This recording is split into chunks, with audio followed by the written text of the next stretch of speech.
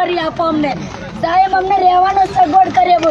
નાના નાના છોકરા લઈને અમે ક્યાં જઈએ? છેલ્લા કેટલાક સમયથી ગુજરાતમાં દાદાનું બુલડોઝર ફરી રહ્યું છે. તેવામાં ગાંધીનગર પર દબાણ હટાવની કામગીરી કરવામાં આવી છે, પણ તેમાં કોંગ્રેસ નેતા લાલજી દેસાઈએ આનો વિરોધ કર્યો છે અને તેઓએ ભાજપના નેતા અને અધિકારીઓ પર ઘણા આક્ષેપો કર્યા છે. ઘટનાની વિગતે ચર્ચા કરીશું. નમસ્કાર, હું છું પ્રથમ મોદી અને તમે જોઈ રહ્યા છો નિર્ભય ન્યૂઝ. કોંગ્રેસ અવારનવાર ભાજપ પર મોટા આરોપો મૂકતી હોય છે, ત્યારે હવે જ્યારે ગાંધીનગરની અંદર ડિમોલિશન ચાલી રહ્યું છે ત્યારે કોંગ્રેસ નેતા મેદાને આવ્યા છે. ત્યારે ડિમોલિશન કરવામાં આવ્યું છે ત્યારે ત્યાં લાલજી દેસાઈ પહોંચ્યા અને ત્યાં જઈને તેમણે લોકોની સાથે વાતચીત કરી. તે દ્રશ્યો પર નજર કરીએ. કરી આપો અમને સાહેબ, અમને રહેવાનો સગવડ કરી આપો. નાના નાના છોકરા લઈને અમે ક્યાં જઈએ? અમને કોઈ વાલ્મીકી સમાજ, ભંગી સમાજને ક્યાંય અમને કોઈ રહેવા માટે કઈ સગવડ નથી આપતા સાહેબ. આ ગરીબોની માટે કશું જ નથી, બધું અમીરો માટે છે. આવાસ યોજના બનાવી, અમે કેટલી વાર ફોર્મ ભર્યા, અમારા કોઈ ફોર્મ લાગુ નહીં પડતા. અમારા અહીંના ડોક્યુમેન્ટ્સ, કોઈ ડોક્યુમેન્ટ કોઈ નથી અમારે લાગુ પડતા. અમને ગરીબો છે. પાણીની લાઈનો કાપી નાખી સાહેબ. લાઈટો, છોકરાઓને ભણવું તો કેવી રીતના ભણવું? પહેલા લાઈટો કાપી નાખી સાહેબ, પાણીના નળ કાપી નાખ્યા. આ બધી સુવિધા કરી હતી. આ શાના માટે સુવિધા કરી હતી? તમે કોના માટે સુવિધા કરી હતી? બધી લાઇટની સુવિધા આપી, રેશન કાર્ડ માટે અનાજ ફ્રી આપે. શાના માટે આપો છો? કઈ મરી જવાનું અમારે, કઈ બીજું અમારે કઈ કરવાનું જ નહીં. અમારા છોકરાઓની ભણવાની હાલતમાં અત્યારે રોડ ઉપર બેઠા સાહેબ. અમને રોડ ઉપર જ રહેવાનું. સાહેબ, છોકરીઓ સાયન્સ લીધું છે ભણવા માટે. સાયન્સ એટલે કેટલી મોટી ઓલી ડોક્ટર બનવું છે.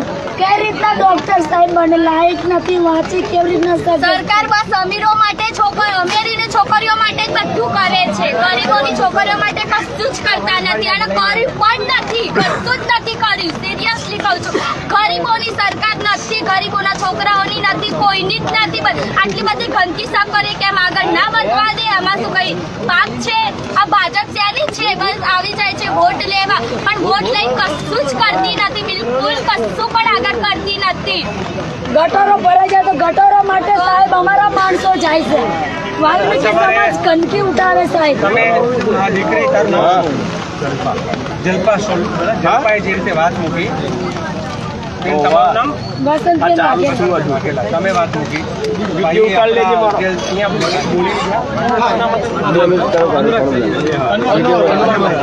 એમણે વાત મૂકી, એટલે તમે વાત મૂકો એટલે અંદરથી એટલે અમને પણ એમ થાય કે એટલે રડવા જેવું કે ભાઈ આ સમાજ માટે, આ ગુજરાતના ગરીબો માટે આ સરકાર કંઈ છોડવા નથી માંગતી. નજર સામે પેલી મોટી મોટી ટ્રકો નીકળે એ જાણે ગરીબોના કાળજાઓ કચડતી જતી હોય ને એવી આપણને ટ્રકો દેખાય છે, એવા બુલડોઝર દેખાય છે. તમારી વાત જેટલી મીડિયામાં આવવી જોઈએ એ નથી આવી, એ આપણી કમનસીબી કહેવાય. કારણ કે છાપા, મીડિયા બધાને દબાવી દીધા. તમે લોકો 60 વર્ષના પુરાવા બધા ભાઈએ કીધું એમ આપ્યા છે. અહીંયા ઊભા એ આંગણવાડી હતી, સરકારે આ પાડી દેવું હતું બધું, તો અહીંયા વસવા શું કામ દીધા? આંગણવાડી શું કામ બનાવવા દીધી? અહીંયા લાઇટ પાણી સગવડતા 60 વર્ષના પુરાવા હોય અને મતલબ ગાંધીનગર બન્યું એને હજુ તો આપણી ગુજરાત સરકાર અલગ બની એને કેટલા વર્ષ બરાબર? આપણે 65માં બન્યું બરાબર. એટલે આ સરકાર ગાંધીનગર ટાઉન પ્લાનિંગ થાય એ પહેલાંના રહેવાવાળા છે લોકો અહીંયા, અને એમની આવી દશા દુર્દશા કરે. એક તકલીફ છે બધા લોકોને. મારે સવાલ બી પૂછવા છે. અહીંયા સરકાર વારાફરતી બધાને મારે છે બરાબર, અને આપણે એવું માનીએ છીએ કે આજ તો તમને માર્યા એટલે હું બચી ગયો છું, સાચી વાત છે. મને મારે એટલે આમને થાય કે હું બચી ગયો છું. એટલે આપણે બધા એકબીજાના બચાવમાં, પોતાના જાતને બચાવમાં પડ્યા છીએ. પણ કોઈક જ્યારે બેન વાઘેલા છે એમનું ત્યાં દીકરીનું મકાન પડતું હોય ત્યારે બાકીના લોકો બોલતા નથી, સંગઠન નથી. ગુજરાતમાં અમદાવાદ શહેર અને ગાંધીનગર શહેરમાં સરકાર 1.5 લાખ મકાન પાડવાના છે. કેટલા? 1.5 લાખ મકાન પડે એટલે કંઈ ના ગણીએ તો 7.5 લાખ લોકો જે છે એ બેઘર બનવાના. સરકારમાં કોઈ પણ સભા કરે 50,000 માણસ ભેગું થાય એટલે સરકારને ઝાડા થઈ જાય, કોઈ પણ સરકારને. આ 7.5 લાખ લોકોમાંથી આપણે લાખ લોકો જો ભેગા થઈ અને એક દિવસે સરકારની સામે પડીએ તો આ સરકારને હાલ ઝાડા થઈ જાય એમ છે. આજે અત્યારે નરેન્દ્રભાઈને અને અમિતભાઈના વોટ ચોરીમાં થોડા ઝાડા તો થઈ જ ગયા છે. એવા ને એવા વધારે ઝાડા ગરીબોના મકાનના મુદ્દે થાય એવું જ છે. પણ તકલીફ શું છે, કેશવનગરના ઠાકોરનું મકાન પડે ત્યારે ઓઢવના રબારી નથી જાગતા, ઓઢવના રબારીઓનું મકાન પડે ત્યારે ગાંધીનગરના દલિત નથી જાગતા, ગાંધીનગરના દલિતનું પડે ત્યારે કોઈ છાળા નથી જાગતા. પણ આ પડે છે બધા, એ તો બધા આ જ છે, જે ગરીબ છે, વંચિત છે, દલિત છે, શોષિત છે, પીડિત છે. સૌથી વધારે તકલીફમાં દલિત સમુદાયમાં પણ વાલ્મીકી સમુદાય હોય, એનું કોઈ જોતું નથી. વણઝારા સમાજ છે, છાળા સમાજ છે, ઠાકોર સમાજ છે, દેવી પૂજક સમાજ છે, જેની પાસે ગુજરાતમાં આમ કઈ સંસાધન નથી એવા સમાજના મકાનો પડે છે ત્યારે જે અવાજ આવવો જોઈએ નથી આવતો. એક કારણ એ છે કે આપણે એક દિવસે ભેગા થઈને અવાજ નથી કરતા, બધાનો અવાજ નોખો છે.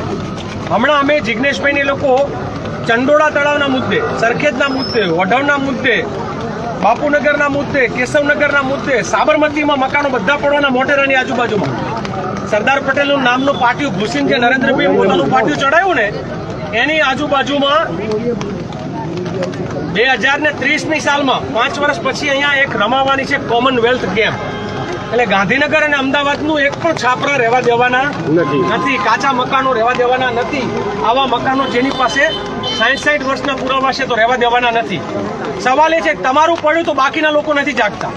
આપણે કદાચ એક તારીખ બધા નક્કી કરીએ, 1 તારીખે મુખ્યમંત્રીના ઘરનો ઘેરાવનો અમે લોકો વિચાર કરીએ છીએ કે હવે બીજે ક્યાંય નથી જાવ, સીધું મુખ્યમંત્રીના ઘેર જઈને ધામા નાખીએ કે ભાઈ તે અમારા મકાન પાડી દીધા ને, અમે તારા ઘરની આગળ પથારી કરીએ, તારી પથારી ફેરવી નાખીએ, ત્યારે ખબર પડે.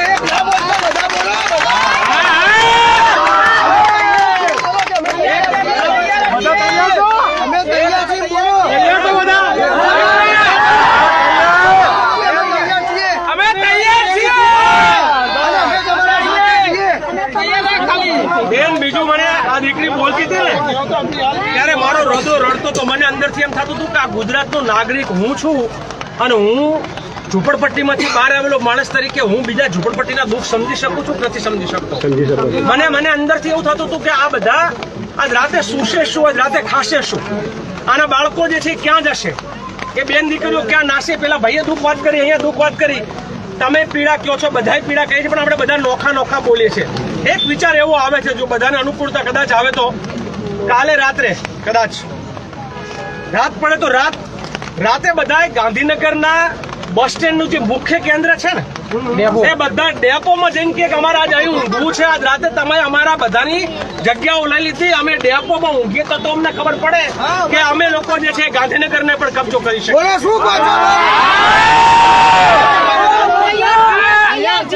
આવું થાય તમને કેવડાવશું, કારણ કે ખાલી તમે નહીં, બધા છાપરાવાળાને પૂછવું પડે, બધાને પૂછવું પડે. કોઈ એક નક્કી કરે તો બીજા નહીં, બધાનો મત જાણીએ. શક્તિભાઈ ગાંધીનગર શહેરના કોંગ્રેસના પ્રમુખ છે, નિશ્ચિતભાઈને તમે ઓળખો છો, કોંગ્રેસના આગેવાન છે.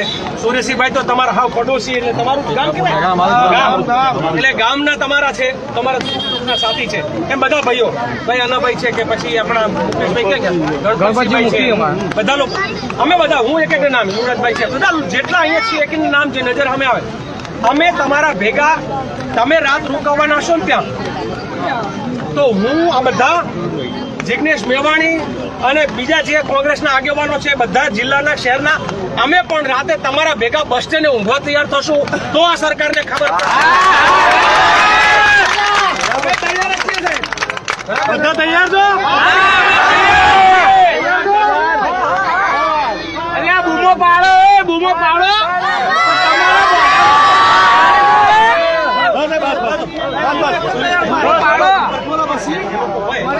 તમે જે અહીંના લોકો છે, અમે બધાને મળીને જશું પાછા બેસશું એને કાલ રાતે રાખવું સારું કે પછી એક દિવસ રહીને કરવું જોઈએ કદાચ કાલના બદલે આપણે બધાને ભેગા થઈને પરમ દિવસ રાતનું રાખવું કાલ રવિવાર છે ને કોઈ ના જોઈ લો રાત્રે બધું પરમ દિવસે રાત પણ બધા એક સાથે બધા છાપરાવાળા જેના મકાન પડ્યા છે એ બધા અને અમારા જેવા કે જેને તમારા માટે દિલમાં કંઈક દુખે છે અમને પણ ખબર પડશે કે અમારું દિલ પણ તમારી હારે કેટલું છે. અમે તમારા ભેગા પથારી કરીને ઉઠશું અને સરકારને ઝાડા કરાવી દેશું. લાલજી દેસાઈનો આક્ષેપ છે કે આ ગુજરાત ગરીબોનું નથી, માત્ર પૈસાવાળાનું જ રહેશે. ગાંધીનગરમાં ગરીબોના મકાન પર ભાજપી ભ્રષ્ટાચારનું બુલડોઝર ફરી વળ્યું. સરકારી હુકુમથી ગરીબોના મકાન પર બુલડોઝર ફરતા નાના બાળકો, વૃદ્ધો રડતા રહ્યા. સરકારી બાબુઓનું ફરમાન હતું, કોઈ ક્યાં સાંભળવાનું હતું, આવું તેમના દ્વારા કહેવામાં આવ્યું. તમારું આ મામલે શું કહેવું છે તે કમેન્ટમાં જરૂરથી જણાવજો અને અમારી ચેનલ નિર્ભય ન્યૂઝને લાઇક, શેર અને સબસ્ક્રાઇબ કરવાનું ભૂલતા નહીં.